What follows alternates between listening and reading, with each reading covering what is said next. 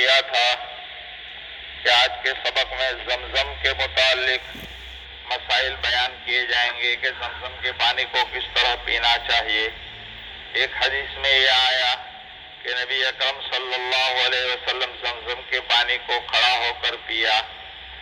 اب اس حدیث کی وجہ سے بعض علماء اس بات کی طرف گئے ہیں کہ زمزم کے پانی کو کھڑے ہو کر پینا مستحب ہے۔ ہم احناف کہلاتے ہیں، علماء احناف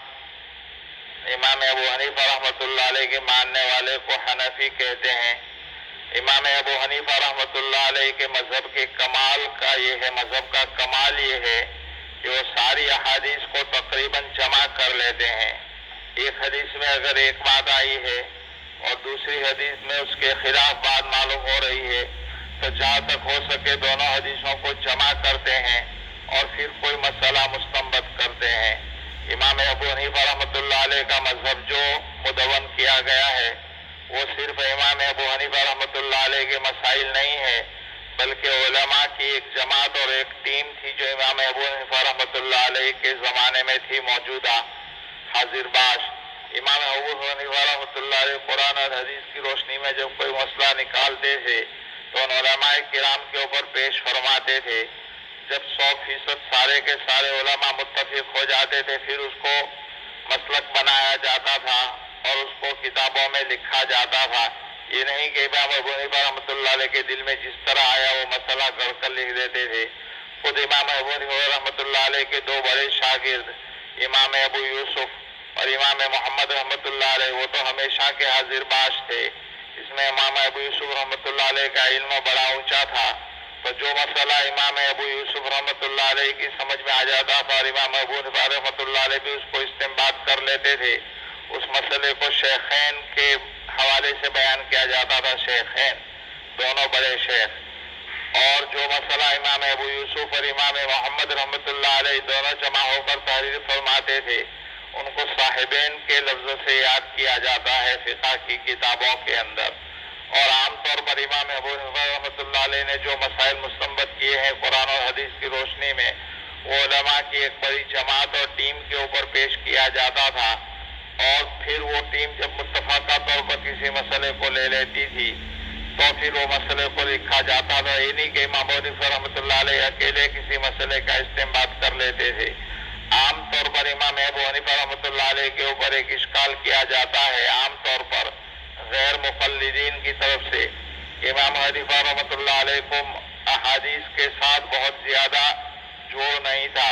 صرف 17 حدیثیں یاد تھی۔ اگر یہ بات مان بھی لی جائے کہ صرف 17 حدیثیں یاد تھی اور 17 حدیثوں سے اتنا بڑا مسئلہ اور اتنا بڑا مسلک حنفی کو استنباط کرنا یہ کوئی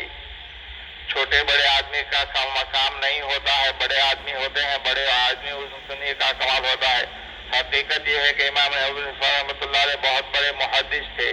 یہ غیروں کی طرف سے جھوٹ کر لیا گیا ہے کہ امام ابو حنیفہ رحمۃ اللہ علیہ کو صرف 17 حدیثیں یاد تھی، ورنہ ان کو تو محدثین کے زمرے میں شمار کیا ہے بہت بڑے علماء نے کہ امام ابو حنیفہ رحمۃ اللہ علیہ وقت کے بہت بڑے محدث تھے۔ تو زمزم کے متعلق بھی ایک حدیث کے اندر آیا ہے کہ نبی کریم صلی اللہ علیہ وسلم نے کھڑے ہو کر پیا، تو اس میں کیا تفصیل ہے وہ آج کے سبق میں بیان کریں گے۔ زمزم جو کھڑے ہو کر پیا جاتا ہے تو واقعتاً زمزم کھڑے ہو کر پینا مستحب ہے، اس کے آداب میں سے ہے یا صرف جائز ہے؟ تو بعض حضرات علماء اس طرف گئے ہیں کہ زمزم کو کھڑے ہو کر پینا مستحب ہے، بعض حضرات علماء اس طرف گئے ہیں۔ چنانچہ احناف میں سے صاحب در مختار علامہ علاء الدین حسکفی نے بھی یہی لکھا ہے کہ مستحب ہے، لیکن اس کی شرح جو علامہ شامی رحمۃ اللہ علیہ نے کی ہے انہوں نے اس موقع پر تفصیلی بحث کرتے ہوئے یہ ثابت کیا ہے کہ زمزم کا پانی کھڑے ہو کر پینا صرف جائز ہے، مستحب نہیں ہے بلکہ جائز ہے، اور لکھا ہے کہ کم سے کم اس میں سے کراہت ہی ختم ہو جائے وہی بڑی بات ہے۔ یہ جائے کہ علامہ حسکفی رحمۃ اللہ علیہ اس کے مستحب ہونے کو ثابت کرنا چاہتے ہیں،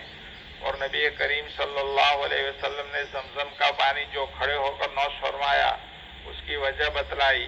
کہ حج کے موقع پر جب آدمی طواف سے فارغ ہوئے آپ صلی اللہ علیہ وسلم اور زمزم پینے کے لیے تشریف لے گئے تو چونکہ پانی پلانے کی ذمہ داری حضرت عباس رضی اللہ تعالیٰ عنہ جو آپ کے چچا تھے ان کی اور ان کے خاندان کی تھی، وہی یہ خدمت انجام دیا کرتے تھے۔ تو حضرت عبداللہ ابن عباس فرماتے ہیں اس موقع پر جب میں نے آپ صلی اللہ علیہ وسلم کو زمزم کا پانی پلایا تو آپ نے کھڑے ہو کر پیا، اور اس کی وجہ بھی لکھی جاتی ہے کہ وہاں بیٹھنے کے لیے کوئی جگہ نہیں تھی، یعنی ایسی جگہ پر آپ صلی اللہ علیہ وسلم نے وہ زمزم کا پانی پیا وہاں بیٹھنے کی کوئی جگہ نہیں تھی، کنویں سے پانی نکالا جاتا تھا اور پوری جگہ پانی سے بھیگی رہتی تھی، لوگوں کا مجمع بھی زیادہ تھا، اس وجہ سے بڑے عالم صحابہ میں شمار ہوتے ہیں۔ تو حضور اکرم صلی اللہ علیہ وسلم سے علم بار بار دیتے ہیں۔ انہوں نے تو یہی لکھا ہے کہ زمزم کا پانی کھڑے ہو کر پینا صرف جائز ہے، جائز ہے، یعنی کھڑے ہو کر پی لے تو کوئی گناہ نہیں ہوگا، مکروہ نہیں ہوگا، مستحب کے قائل نہیں ہے۔ اور مفتی محمد شفیع صاحب رحمۃ اللہ علیہ جو ہمارے اکابر میں ہیں، دارالعلوم دیوبند کے صدر مفتی بھی رہے ہیں، مفتی تقی صاحب کے والد، بعد میں پاکستان میں بھی وہ مفتی اعظم رہے ہیں، ان کا بھی رجحان یہی تھا کہ زمزم کا پانی کھڑے ہو کر پینا صرف جائز ہے، مستحب نہیں۔ اس لیے جو لوگ زمزم کو کھڑے ہو کر پینے کا اہتمام کرتے ہیں، یہ بیٹھے کھڑے ہو کر پینے کا اہتمام کرتے ہیں کہ بیٹھے ہوئے ہوتے ہیں اور جب زمزم آتا ہے تو کھڑے ہو جاتے ہیں، اس کی ضرورت نہیں۔ اگر کھڑے ہیں اور مل گیا تو کھڑے کھڑے پی لیجیے، لیکن بیٹھے ہیں تو خاص کھڑے ہونے کا اہتمام کرنے کی کوئی ضرورت نہیں ہے۔ ہاں جو لوگ اس کو مستحب کہتے ہیں ان کے اعتبار سے کوئی آدمی کھڑے ہو کر پی لے تو بھی گنجائش ہے، لیکن اگر کوئی آدمی کھڑے ہو کر نہیں پیتا تو ہمارے یہاں اس کا اتنا زیادہ رواج ہو گیا کہ سارے لوگ اس کو گھورتے ہیں کہ اس نے غلط کام کر دیا، جیسے اس نے کوئی بڑا جرم کر دیا ہو، یہ طریقہ صحیح نہیں ہے۔ میں نے پوری وضاحت اس لیے کر دی تاکہ مسئلے کی نوعیت معلوم ہو جائے اور مسئلہ صاف ہو کر سامنے ہو جائے۔ اور زمزم کو کھڑے ہو کر پینے کی دوسری وجہ یہ بھی بتلائی کہ زمزم جتنا زیادہ پیا جائے گا اتنا ہی پسندیدہ ہے، اور اس کی ترغیب بھی دی گئی ہے، اور کم پینا منافق کی علامت ہے، اس لیے کھڑے ہو کر پئیں گے تو زیادہ پیا جائے گا۔ بہرحال زمزم کو کھڑے ہو کر پینے کی اجازت کے اندر کوئی کلام نہیں ہے۔ دوسرا مسئلہ رہ گیا کہ وضو کے باقی پانی کو کھڑے ہو کر پی سکتے ہیں یا نہیں۔ یہ اس وقت ہے جب گڑے میں یا ایک لوٹے وغیرہ کے اندر وضو کرتے ہو، اگر نل میں پیئیں تو باقی کا پانی کوئی تھوڑا بہت تو ہے نہیں کہ اس کو کھڑے ہو کر پی لے۔ اور دوسرا وضو کا بچا ہوا پانی ہے، جیسا کہ روایت پیش کی کہ حضرت علی رضی اللہ تعالیٰ عنہ نے ایک مرتبہ کوفہ کے چوک میں وضو کیا، پھر فرمایا میں نے نبی کریم صلی اللہ علیہ وسلم کو اس طرح دیکھا جیسا کہ تم نے مجھے کرتے دیکھا۔ تو علماء نے لکھا ہے، علماء لکھتے ہیں کہ وضو کے بچے ہوئے پانی میں اللہ تعالیٰ نے شفا رکھی ہے۔ شیخ عبدالجلیل نابلوسی فرماتے ہیں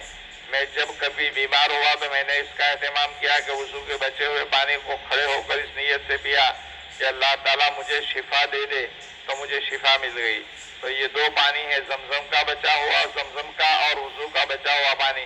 جس کو کھڑے ہو کر پینا چاہے تو پی سکتے ہیں۔ یہ وضو کا پانی جب لوٹے وغیرہ کے اندر کسی برتن کے اندر اگر وضو کر رہے ہیں اور تھوڑا بہت پانی بچ گیا ہو تو اس کو اخیر میں کھڑے ہو کر پینے کی گنجائش ہے، پی سکتے ہیں۔ اور اسی طرح زمزم کے پانی کو اگر کھڑے ہونے کی حالت ہی میں آ گیا اور پی لینا چاہے تو کھڑے ہو کر پی سکتے ہیں، پہلے سے اگر بیٹھے ہوئے ہیں تو کھڑے ہو کر پینے کا اہتمام کرنا یہ مناسب نہیں ہے۔ درود شریف۔